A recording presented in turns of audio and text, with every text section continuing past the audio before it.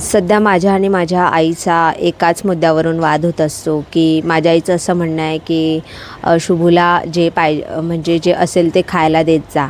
म्हणजे ती ती कसं एखाद दुसरं बिस्किट हातात देत असते, मोनॅको, गुड डे वगैरे असं.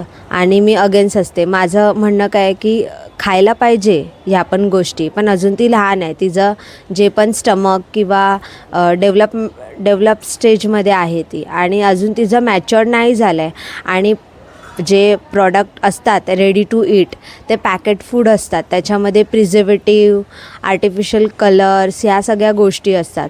आणि शुगर, मैदा असल्यामुळे ते कॅलरीजने हाय असले पण त्याच्यामध्ये काहीच बॉडीला काहीच लागत नाही. तरी पण आठवड्यातून एकदा तरी मी द्यायचा, आठवड्यातून एकदा वन्स इन अ वीक देते की थोडंसं मुलांना पण चेंज हवं. आणि गाईज पुढे जाऊन स्कूलमध्ये जाऊन कॉलेजमध्ये जाऊन पिझ्झा, बर्गर ह्या तर गोष्टी असतातच. म्हणजे चांगल्या सवयी ह्या लावाव्या लागतात आणि वाईट सवयी ह्या लावाव्या लागत नाही, त्या ऑटोमॅटिकली लागून जातात. सो काल पण माझी आत्या तिला बघायला आलेली, तर म्हणत होती हां की तू देत नाही, की काय तू तिला हे नको देऊ ते नको देऊ. असं मी कधीच करत नाही. मी तिला सगळ्याच गोष्टी, आता मी तर सांगू नाही ना शकत मी हे देते आणि मी ते देते, मी असं करते आणि मी तसं करते.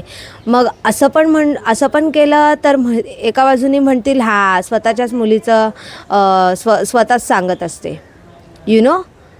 आणि मग मी तिला बोलले हां मग आता उद्यापासून मी जे जे काय काय देते ना ते मी व्हिडिओ शूट करून अपलोड करत जाईन. तर मला मग तेव्हा पण मला म्हणणार की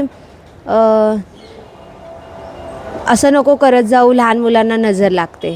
म्हणजे काय करा काय, दोन्ही साईडनी बोलणार लोक. सो मला हेच म्हणायचं आहे की म्हणजे माझ्या आईचं असं म्हणणं असतं की जे असेल ते दे. मी जे असेल ते देते, फक्त काय जे रोज तर मॉर्निंगला उठून बिस्किट्स वगैरे ते तर बॉडीसाठी खूप हार्मफुल आहे. कारण मला माहिती आहे, मी लहानपणापासून बिस्किट्स वगैरे खाऊनच मोठी झालेली आहे. पण पुढे गेल्यानंतर BP, शुगर प्लस ॲसिडिटी ह्या सगळ्या गोष्टी उद्भवतात. मी स्वतः माझ्यासोबत झालेल्या आहेत.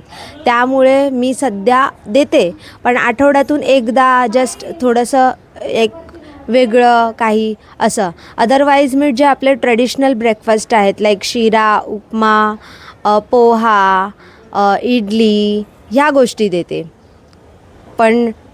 पण कसं आहे, सगळ्याच बाजूने आईलाच सगळेच लोक ऐकवतात की हां असं चांगलं झालं तर कोण आईच्या बाजूने बोलणार नाही की चांगली मुलीला सांभाळते. पण काय झालं की लगेच सगळे लोक आईवर बिल फाडतात. हे पण बघा की आई रात्रभर मूल आजारी असेल तर जागते, प्रत्येक तिचं टाईम टू टाईम सगळं करते, तिला कोणीच विचारत नाही. मला हेच नाही आवडत आपल्या लोकांचं. सो काही नाही, मला तुमच्यासोबत हीच गोष्ट शेअर करावीशी वाटली म्हणून मी थोडंसं शेअर केलं.